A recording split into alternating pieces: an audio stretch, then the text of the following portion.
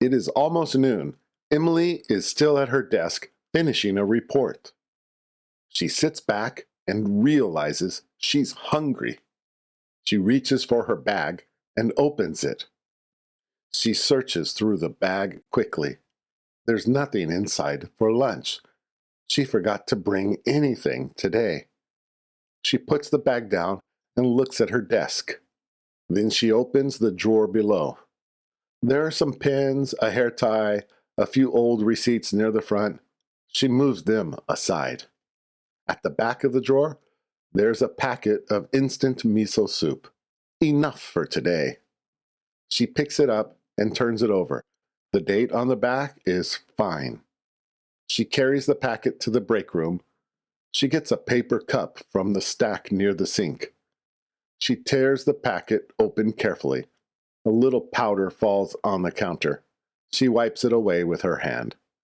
She presses the button on the hot water machine. The water comes out slowly. She fills the cup. She stirs the soup with a small plastic stick. The miso slowly dissolves into the water. The water turns a soft brown. Small pieces of tofu float to the top. There's a little dried seaweed, too. She carries the cup to the window. She holds the warm cup with both hands. Outside, a woman passes with a white convenience store bag. Two men in suits are talking near the entrance below. The soup is still too hot to drink. Emily waits. She watches the steam rise from the cup. She takes a small sip. It is warm and simple. Behind her, a few colleagues are eating at the table. Someone has a big bento box from the conveni. Emily doesn't look at it for long. She turns back to the window. She drinks slowly. The break room is getting louder.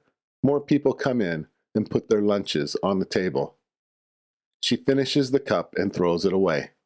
She washes her hands and walks back down the corridor to her desk. She sits down and opens her laptop.